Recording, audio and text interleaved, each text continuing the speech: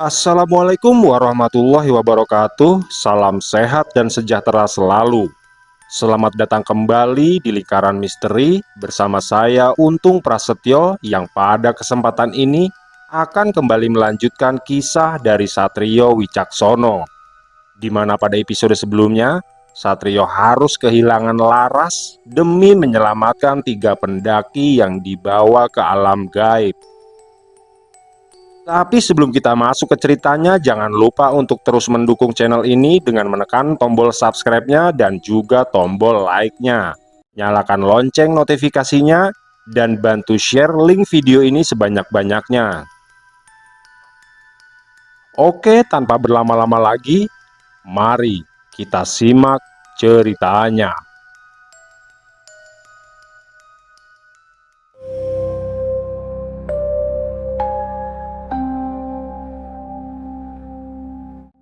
Kabut hitam yang semula bergerak liar perlahan menurun dan kembali menempel ke tanah setelah gerbang gaib itu benar-benar tertutup dan denyut dunia nyata tak lagi terasa. Satrio berdiri sendiri di tengah hening yang berat.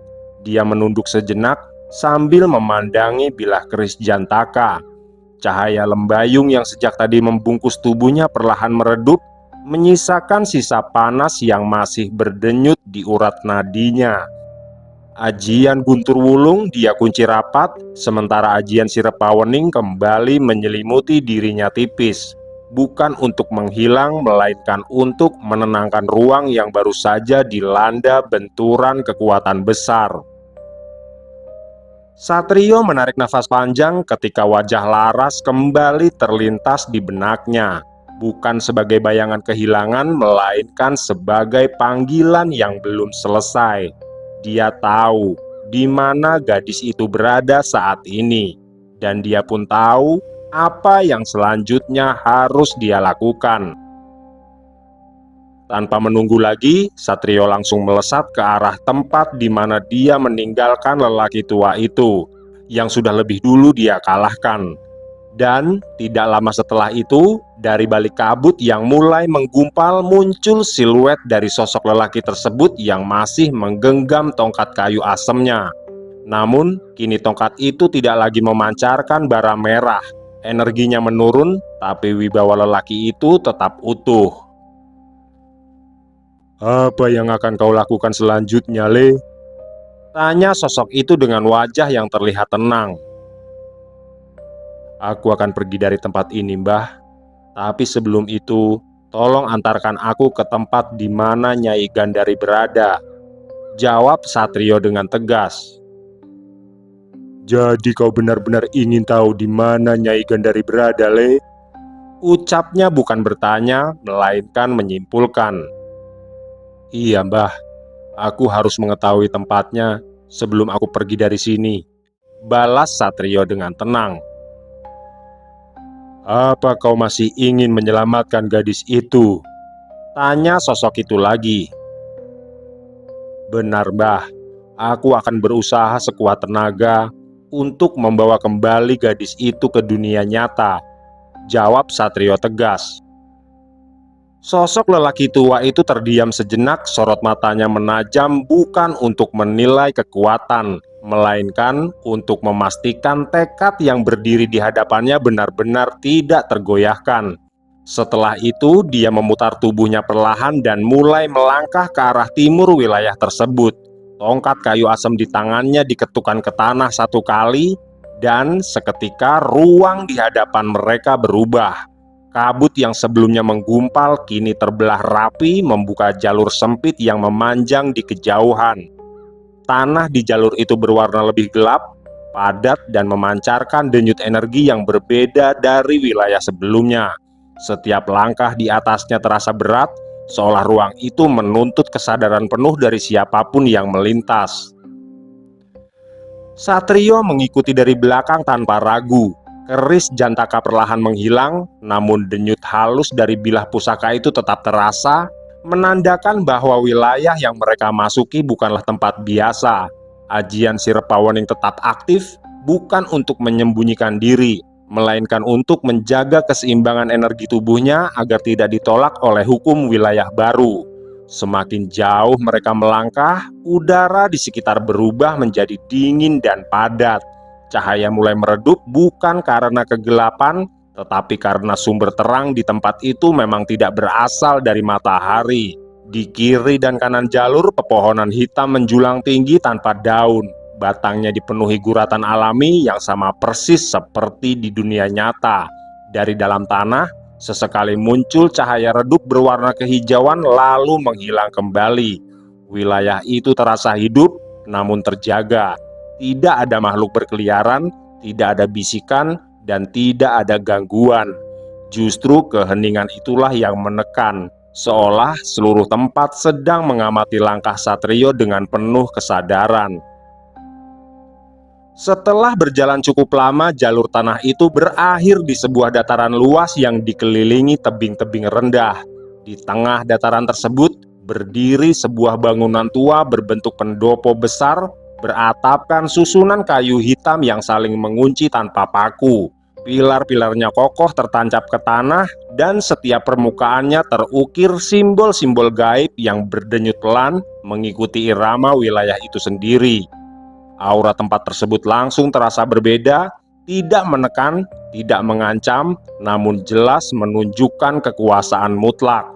Udara di sekitarnya tenang, seolah semua gejolak energi diredam dan dikendalikan dari satu pusat. Langkah sosok lelaki tua itu berhenti di batas dataran. Dia tidak melangkah lebih jauh lagi.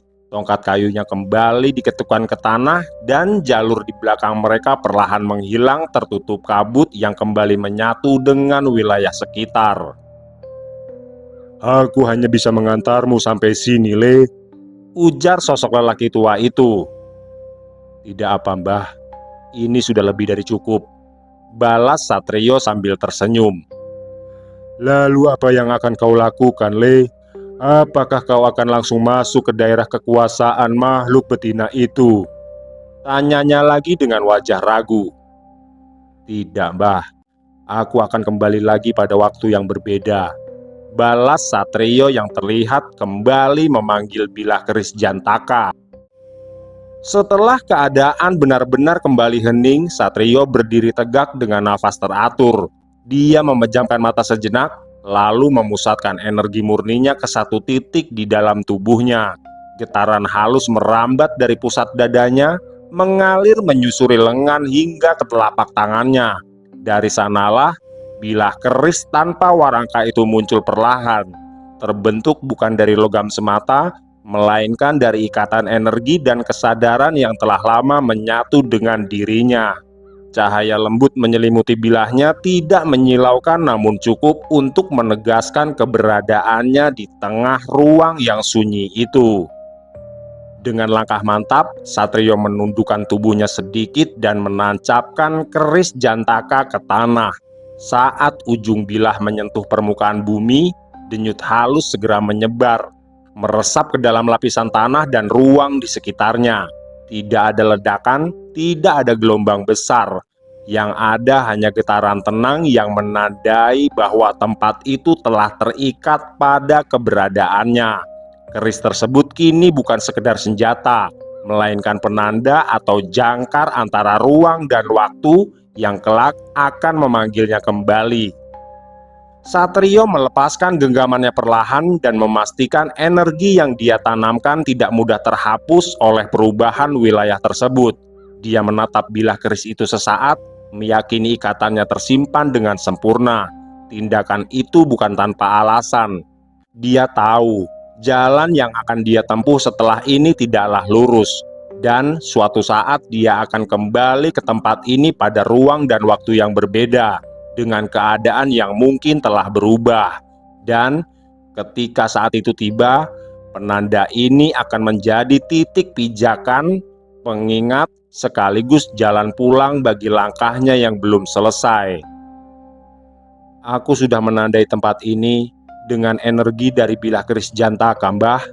Sekarang sebaiknya sampean pergi dari tempat ini," ujar Satrio sambil menatap ke arah sosok lelaki tua itu.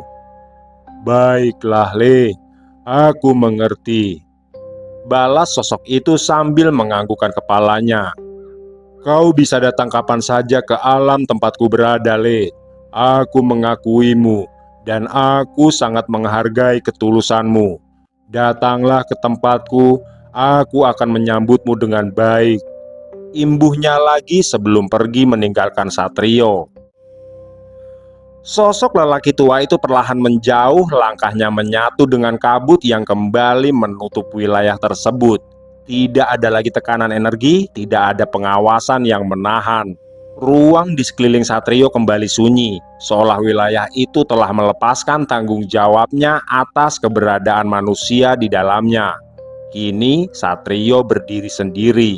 Dia menoleh sekali ke arah bilah keris yang masih tertancap di tanah, lalu mengalihkan pandangannya ke arah ruang kosong di hadapannya.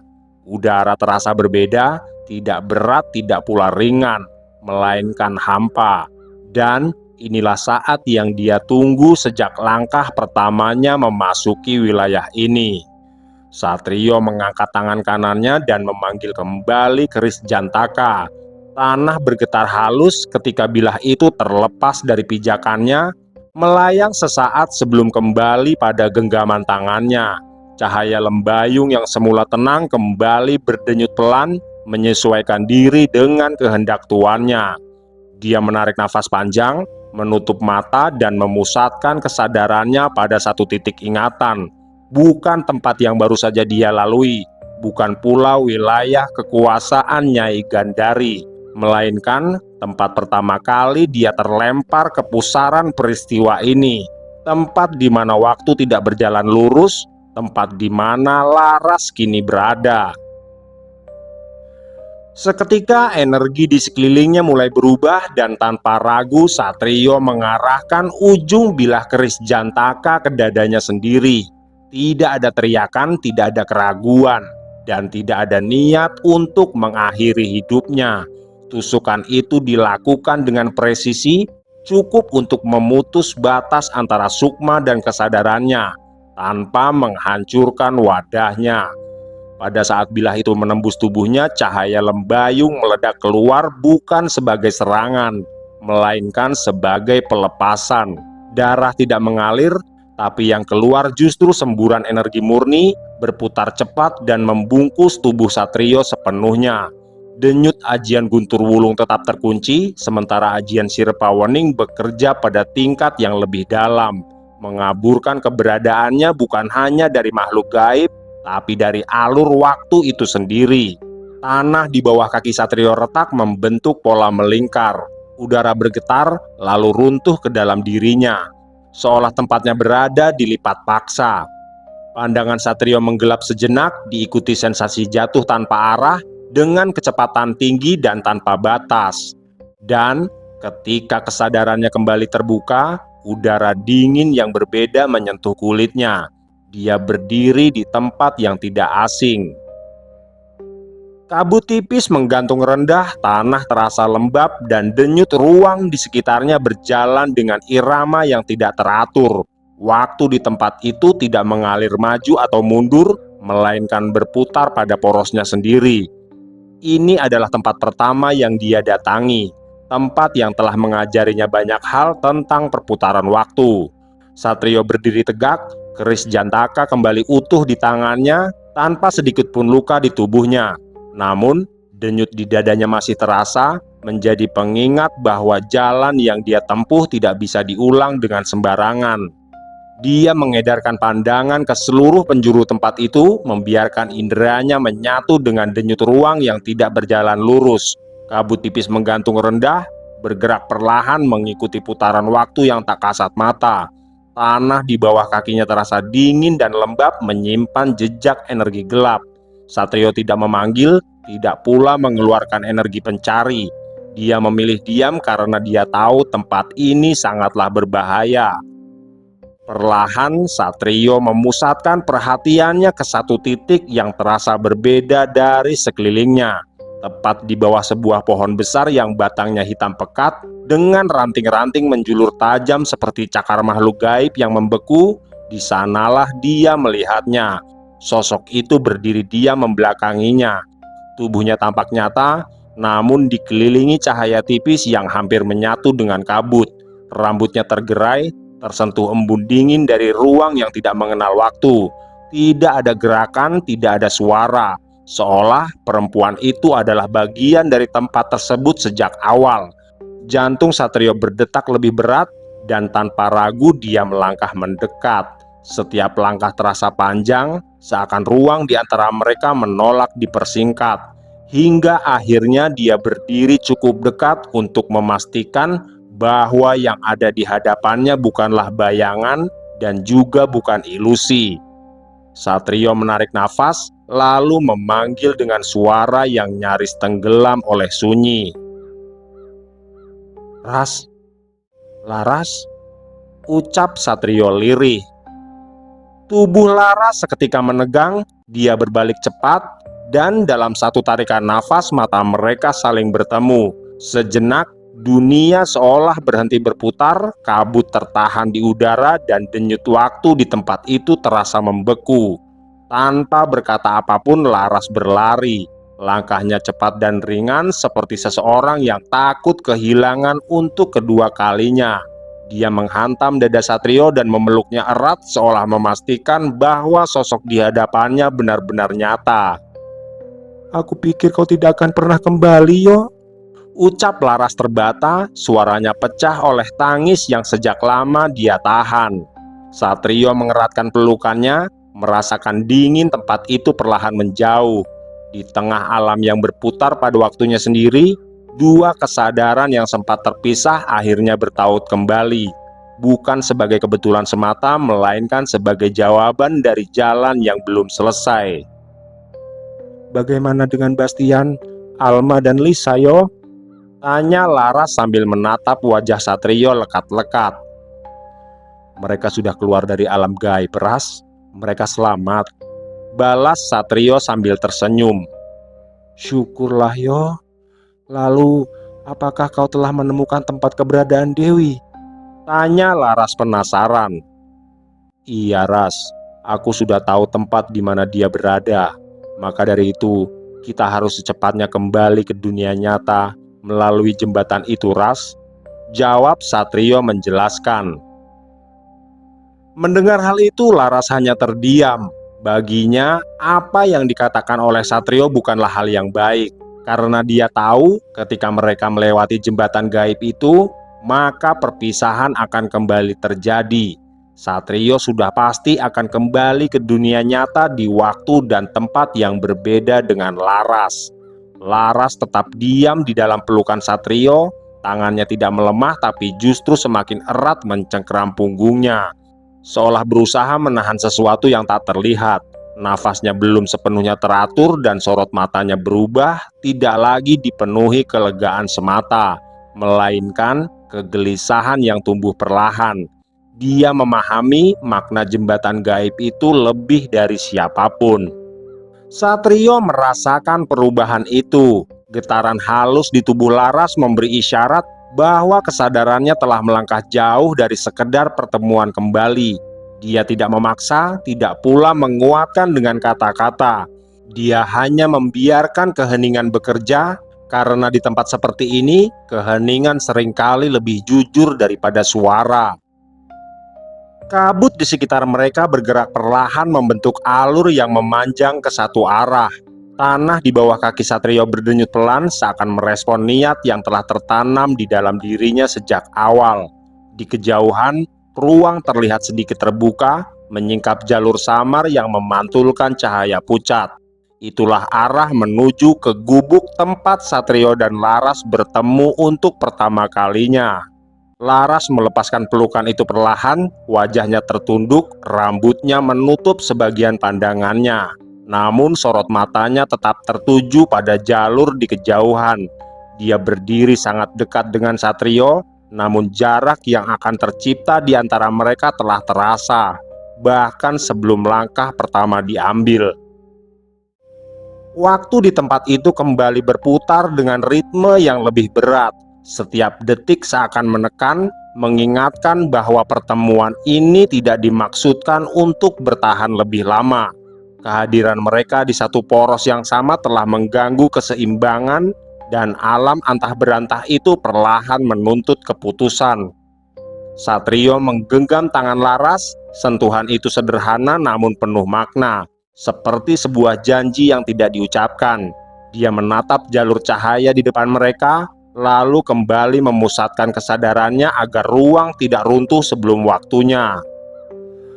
"Aku tahu apa yang sedang kau pikirkan, Ras," ucap Satrio penuh makna. "Oleh karena itu, aku sedang memikirkan beberapa rencana untuk membawamu keluar dari tempat ini tanpa pernah meninggalkanmu." Imbuh Satrio yang membuat hati Laras bergetar. "Itu semua tidak mungkin, Yo, karena aku masuk ke alam ini jauh lebih lama dari apa yang kau tahu. Dan sudah pasti usia kita di dunia nyata pasti berbeda, Yo," balas Laras dengan wajah tertunduk. "Tenangkan dulu dirimu, Ras. Kita sama-sama tidak tahu bagaimana waktu berlalu di tempat ini.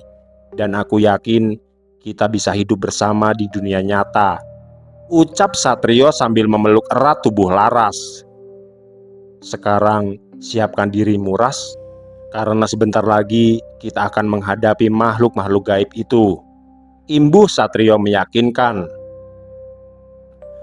Satrio mengeratkan pelukannya sejenak, lalu melepaskan Laras dengan perlahan.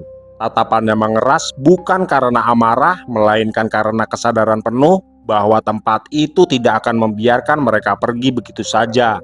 Jalur cahaya di kejauhan bergetar, seakan memberi tanda bahwa keputusan mereka telah dibaca oleh penjaga-penjaga wilayah tersebut. Udara mendadak berubah berat, dan dari balik kabut yang semula tenang, muncul gerakan seperti bayangan yang bergerombol. Tanah berdenyut lebih keras, disusul suara gesekan dan erangan rendah yang datang dari segala arah. Satu demi satu wujud gaib menampakkan diri. Ada yang merangkak dengan tubuh terpelintir, ada yang melayang dengan wajah terbelah, dan ada pula yang berdiri tegak tanpa kepala. Mereka membawa aura dingin yang menusuk tulang. Jumlah mereka bukan hanya puluhan, melainkan ratusan, yang memenuhi setiap sudut hutan gaib tempat Satrio dan Laras berada. Ajian Sirpawening langsung bekerja, namun tidak seperti biasanya.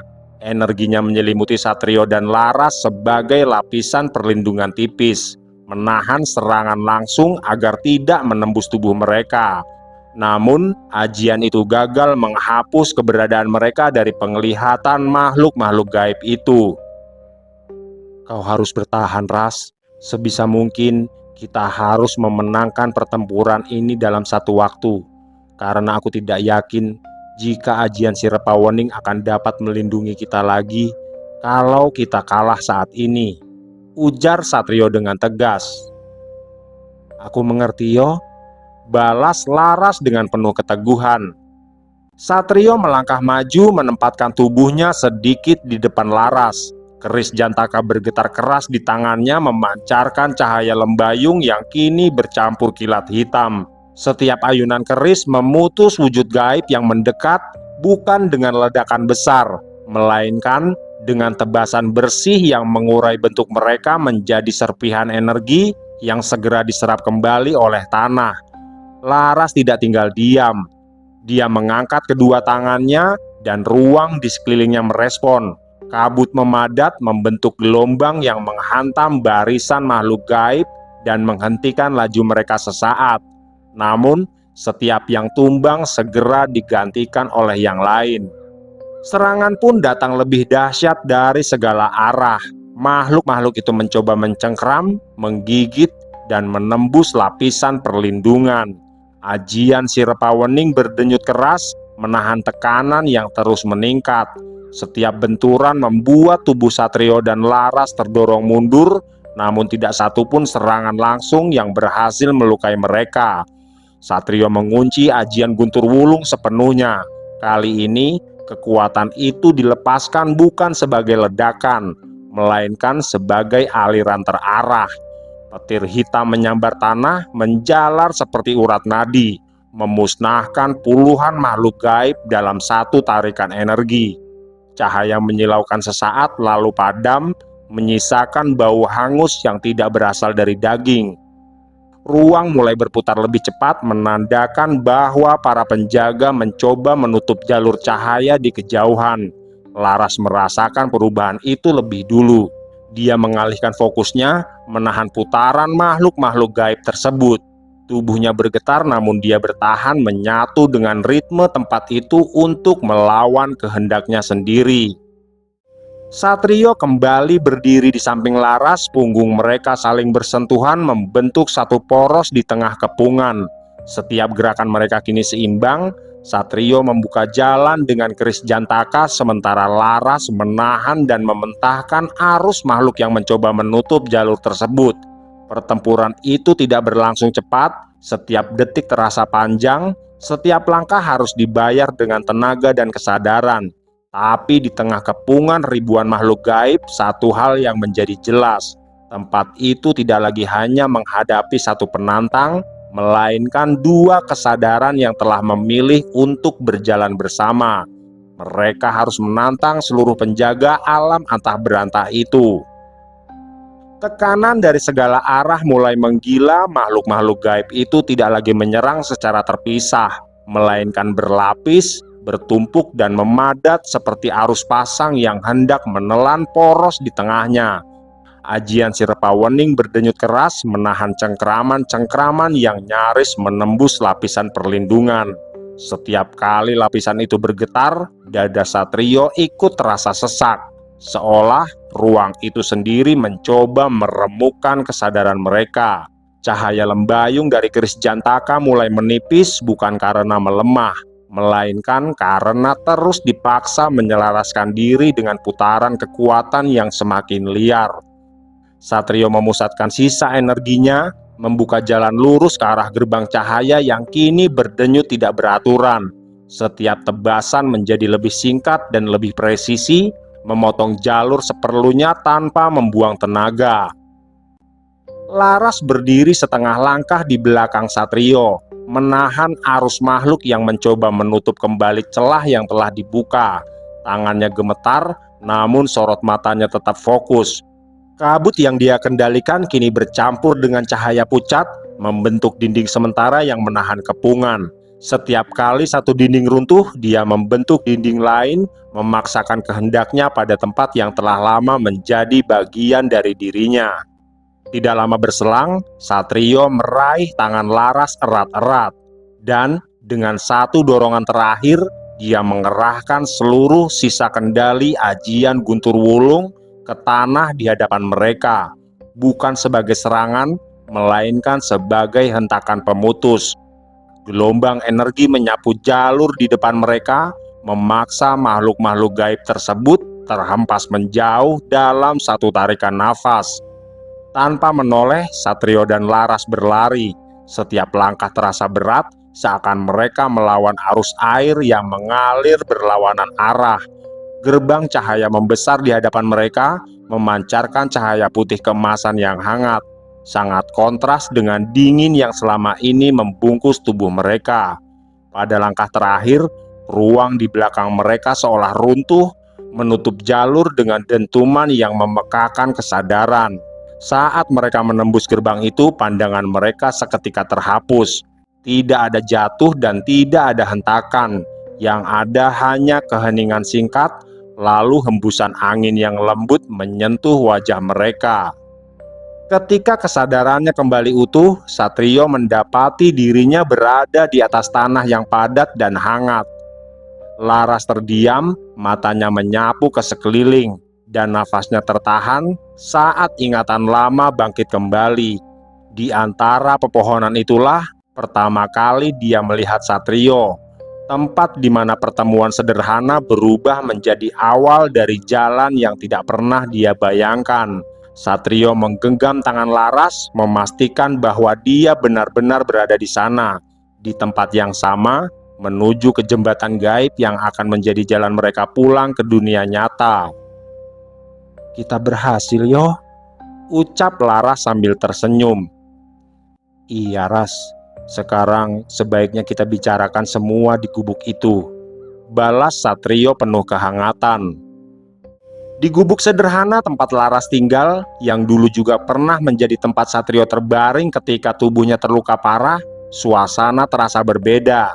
Dinding bambu itu masih sama, lantainya masih beralas tanah yang dingin, namun udara di dalamnya kini dipenuhi beban yang lebih berat dari sebelumnya. Cahaya kekuningan menyelinap melalui celah-celah anyaman, memantul pada wajah mereka yang duduk berhadapan dalam jarak dekat. Namun, pikiran mereka terpisah masing-masing. Di tempat itulah mereka mulai membicarakan kemungkinan-kemungkinan yang terjadi jika langkah mereka benar-benar membawa mereka kembali ke dunia nyata.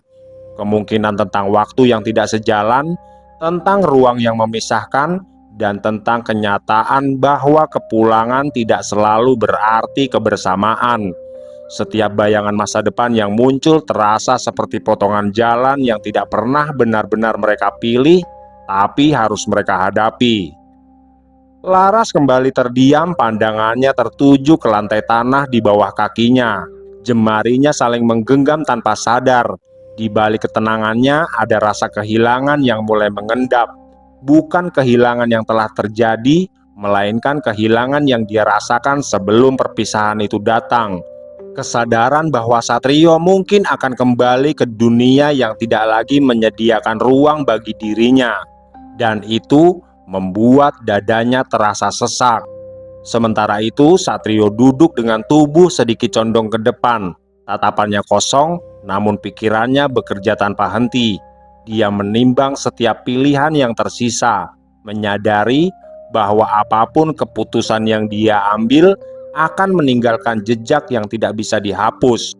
Di dalam dirinya ada dorongan untuk mempertahankan Laras di sisinya, tapi ada pula tanggung jawab yang menuntutnya untuk tidak memaksa kehendak pada alur yang lebih besar dari mereka berdua.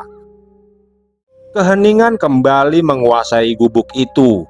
Hanya suara angin yang menyentuh dedaunan di luar dan nafas mereka yang terdengar pelan. Di tempat yang pernah menjadi saksi antara hidup dan mati itu, Satrio dan Laras kini berada di ambang keputusan lain. Keputusan yang tidak kalah berat dan yang akan menentukan apakah kebersamaan mereka adalah sebuah akhir atau justru awal dari jalan yang jauh lebih sulit. "Apakah kau bisa kembali ke tempat ini setelah kau kembali ke dunia nyata, Yo?" tanya Laras dengan suara lirih. "Aku telah menandai beberapa tempat untuk dapat masuk ke tempat ini, Ras. Jadi kemungkinan besar aku dapat kembali lagi ke sini, walau harus bertarung melawan ratusan makhluk gaib tadi," balas Satrio sambil tersenyum. "Kalau begitu, sebaiknya kau saja yang lebih dulu kembali ke dunia nyata, Yo. Biar aku di sini," ucap Laras dengan kalimat menggantung. "Aku justru berpikir sebaliknya, Ras. Kita akan keluar bersama, dan di dunia nyata nanti aku akan mencari di mana keberadaanmu," balas Satrio sambil menatap Laras. "Aku sendiri tidak yakin apakah keluargaku masih ada atau sudah mati, Yo. Selain itu, aku juga tidak tahu apakah aku ini masih hidup atau sudah tiada," ucap Laras yang terdengar berat. "Sepertinya memang disinilah tempat terbaik untukku, Yo. Oleh karena itu, sebaiknya kau kembali ke dunia nyata dan secepatnya menyelamatkan Dewi," imbuh Laras dengan mata berkaca-kaca. Kata-kata Laras menggantung di udara lalu perlahan tenggelam bersama keheningan yang kembali menekan ruang di dalam gubuk itu. Cahaya senja meredup digantikan bayangan panjang yang merayap pada dinding bambu. Laras menunduk seolah telah menempatkan dirinya pada pilihan yang paling menyakitkan namun paling bisa dia terima. Tubuhnya tetap tegak, tapi sorot matanya memantulkan keputusan yang tidak ingin dia ucapkan kembali. Satrio berdiri perlahan, gerakannya tenang tapi nafasnya terasa lebih berat. Dia memandang Laras lama seakan berusaha menghafal setiap garis wajahnya, setiap detail yang mungkin akan menjadi satu-satunya pengingat saat jarak kembali memisahkan mereka. Tidak ada usaha untuk membantah, tidak ada pula paksaan. Dia memahami bahwa keputusan Laras lahir dari ketakutan yang jauh lebih dalam daripada sekedar perpisahan. "Sekarang katakan di mana tempat tinggalmu, Ras?" ujar Satrio dengan nada lembut. "Untuk apa, yo?" tanya Laras yang tidak tahu apa yang ada di pikiran Satrio. "Aku akan mencari tahu di mana keluargamu, Ras, dan aku juga akan mencari cara membawamu kembali ke dunia nyata," balas Satrio dengan tegas. Setelah Laras menjelaskan tentang desa tempatnya tinggal, Satrio terdiam cukup lama. Dia menyimpan setiap detail itu di ingatannya, bukan sekedar sebagai petunjuk, melainkan sebagai pengingat agar langkahnya tidak salah. Tatapannya sesekali beralih pada wajah Laras, seolah ingin memastikan bahwa semua yang dia dengar benar-benar melekat. Karena mungkin hanya itulah bekal terakhir yang bisa dia bawa. Setelah itu Satrio melangkah menuju pintu gubuk. Gerakannya mantap, namun bahunya tampak lebih berat dari sebelumnya. Di ambang pintu dia berhenti sejenak. Cahaya dari luar menyentuh bagian tubuhnya, sementara bayangan gubuk masih menahan kakinya. Seolah ada dua dunia yang sama-sama memanggilnya, dan dia hanya bisa memilih satu untuk dilangkahi lebih dulu. Laras tidak bergerak dari tempat duduknya, tangannya mengepal di pangkuan. Nafasnya tertahan, menahan keinginan untuk memanggil atau menghentikan langkah Satrio. Matanya mengikuti setiap gerakan punggung pria itu, menyadari bahwa setelah ini kesunyian akan kembali menjadi satu-satunya teman di gubuk tersebut. "Aku harap kau menepati janjimu, yo," ucap Laras sebelum tenggelam dalam isak tangisnya. Satrio mengangguk pelan lalu melangkah keluar sepenuhnya. Langkah kakinya menjauh, menyatu dengan suara alam hutan. Gubuk itu kembali sunyi, dan Laras tetap duduk di tempatnya. Merasakan dingin merayap perlahan, menggantikan kehangatan yang baru saja pergi. Di tempat yang sama dia menunggu. Sementara di luar sana, Satrio berjalan menjauh, membawa niat untuk kembali meski dia tahu jalan pulang tidak akan mudah. Dan waktu tidak akan pernah benar-benar menunggu siapapun. Di kejauhan, dua makhluk gaib penjaga jembatan itu berdiri menghadang. Wujud mereka tinggi menjulang, kaku seperti pahatan batu purba yang diselimuti bayangan pekat. Permukaan tubuh mereka retak-retak seolah menyimpan usia yang melampaui hitungan manusia. Ketika Satrio mendekat, mata mereka yang semula redup mendadak menyala terang, dan udara di sekitar jembatan langsung menegang. Tanpa peringatan, keduanya bergerak bersamaan. Tanah di bawah kaki Satrio bergetar keras ketika salah satu penjaga menghantamkan lengannya. Sementara yang lain melompat tinggi dan menukik dari atas. Serangan mereka cepat dan berat, membawa tekanan yang mampu meremukkan kesadaran manusia biasa. Namun, sebelum hantaman itu mencapai tubuhnya, ajian Sirepawening bekerja sempurna. Lapisan energi halus menyelimuti tubuh Satrio, menahan setiap benturan dan memantulkan tekanan serangan tanpa menembus raga. Satrio tidak mundur, langkahnya terus maju. Keris Jantaka berdenyut kuat di genggamannya. Cahaya lembayung yang memancar kini lebih padat dan terang, menandakan bahwa kekuatannya telah tumbuh melampaui saat pertama kali dia menapaki tempat itu. Setiap ayunan kerisnya bukan sekedar tebasan, melainkan penegasan kehendak, memutus aliran energi yang mengikat tubuh para penjaga itu. Salah satu penjaga terhantam dan terdorong mundur, retakan di tubuhnya melebar memuntahkan semburan energi gelap. Penjaga lain mencoba mencengkram dari belakang, namun lapisan ajian Sirepawening kembali menahan serangan itu, membuat tangan makhluk tersebut seolah menghantam ruang kosong yang keras. Satrio memutar tubuhnya dan menancapkan keris Jantaka ke tanah di antara kedua penjaga jembatan gaib itu. Getaran kuat menyebar cepat, memutus pijakan mereka sekaligus mengacaukan bentuk wujud gaib yang selama ini menopang tubuh mereka.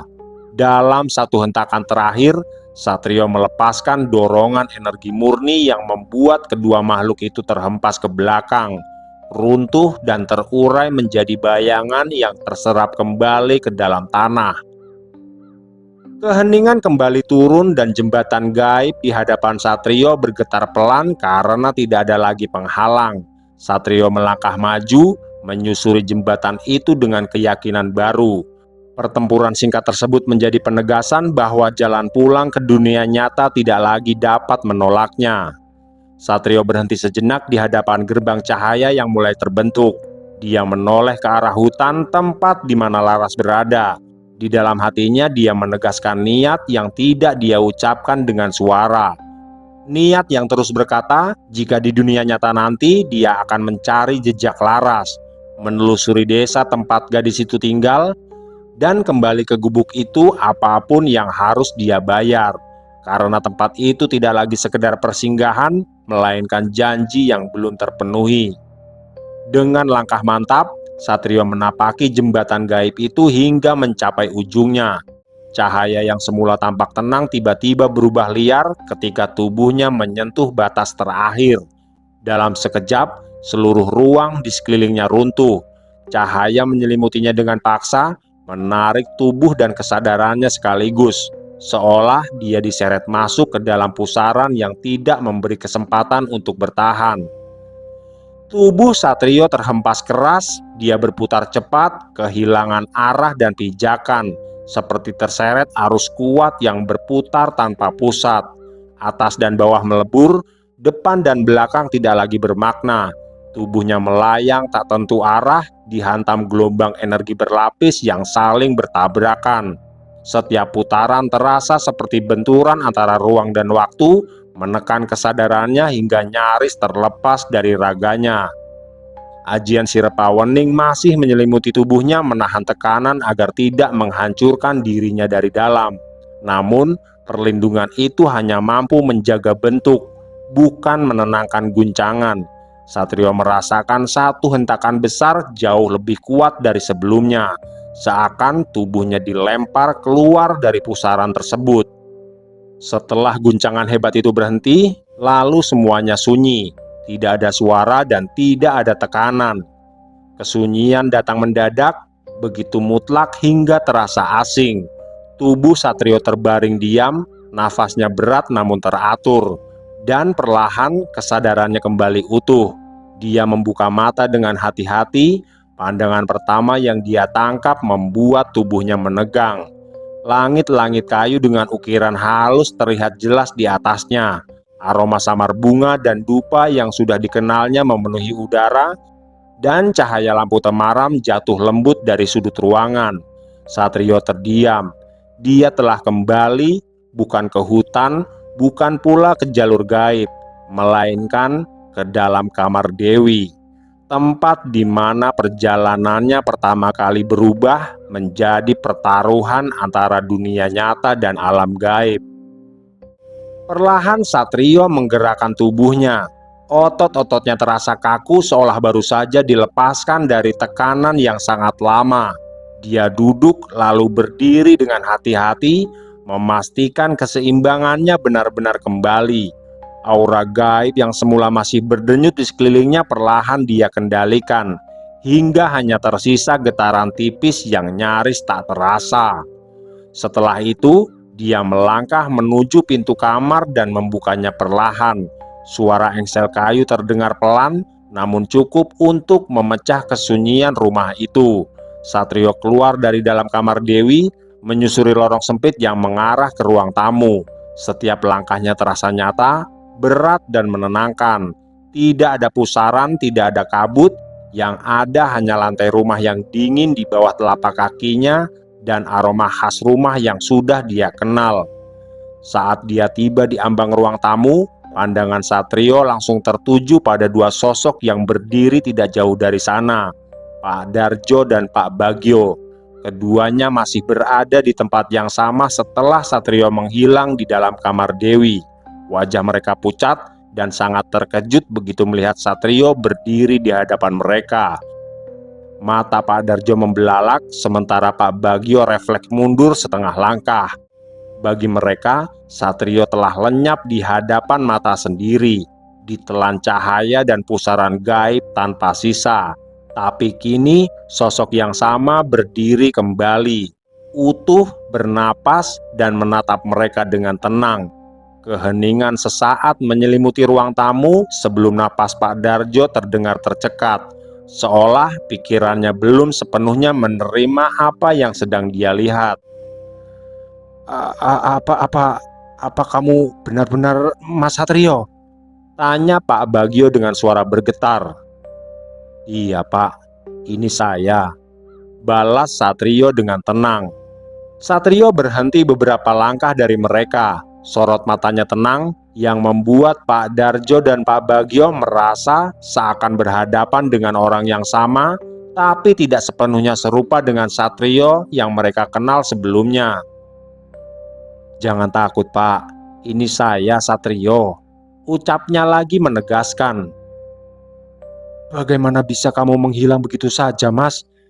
tanya Pak Darjo dengan tubuh gemetar. "Saya sendiri bingung jika harus menjelaskannya Pak. Tapi yang pasti saat ini saya sudah tahu di mana Dewi berada," balas Satrio yang seketika itu juga membuat Pak Darjo menghela nafas lega sambil menatap ke arah Pak Bagio. Setelah beberapa saat yang terasa menegangkan, nafas Pak Bagio dan Pak Darjo perlahan kembali teratur. Ketegangan yang semula membekap ruang tamu mulai mengendur. Meski sisa keterkejutan masih tergambar jelas di wajah keduanya, namun Pak Bagio mengusap wajahnya sekali, lalu tanpa banyak bertanya lagi dia langsung bergegas menuju dapur. Langkahnya tergesa hampir berlari, seolah tubuhnya baru menyadari bahwa Satrio benar-benar telah kembali dan membutuhkan sesuatu yang nyata untuk memastikan hal itu. Di sisi lain, Pak Darjo mendekat ke arah Satrio. Tangannya sedikit bergetar saat dia menepuk bahu pemuda itu. Dia lalu menuntunnya untuk kembali duduk di sampingnya. "Bagaimana keadaan Dewi, Mas?" tanya Pak Darjo penasaran. "Untuk keadaan Dewi saya belum tahu pasti Pak.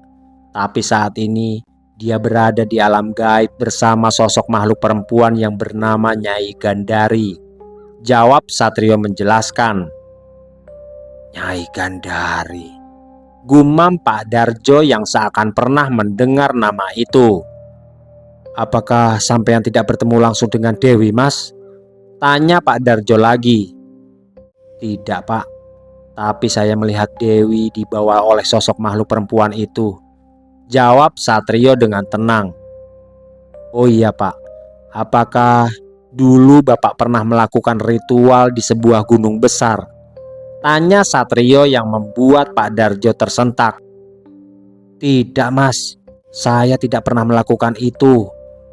Dulu saya melakukan ritual di rumah seorang juru kunci yang katanya bisa membantu usaha saya," balas Pak Darjo dengan wajah tertunduk.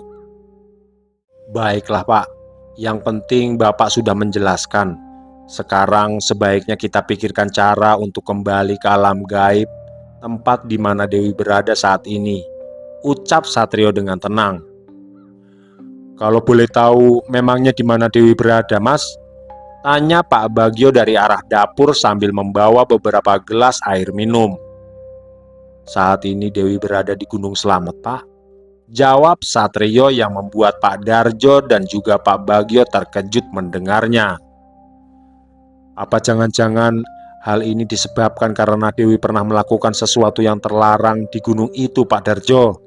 Karena setahu saya Dewi memang hobi sekali mendaki gunung kan?"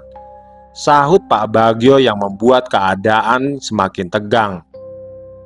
"Bisa jadi Pak, karena beberapa hari sebelum menghilang, anak saya itu baru saja mendaki gunung," balas Pak Darjo dengan wajah tertunduk. "Sekarang berarti semuanya sudah jelas Pak. Sepertinya ini semua tidak ada kaitannya dengan ritual yang dulu pernah Pak Darjo lakukan," ucap Satrio menenangkan. "Sekarang saya harus pulang dulu ke rumah teman saya, dan setelah itu saya akan mempersiapkan diri untuk mendaki ke gunung itu Pak," imbuh Satrio menjelaskan. "Baiklah Mas, Terima kasih. Untuk masalah perbekalan dan kendaraan, serta lain sebagainya, biar Pak Bagio yang urus. Ucap Pak Darjo yang mulai mendapatkan titik terang di mana keberadaan Dewi.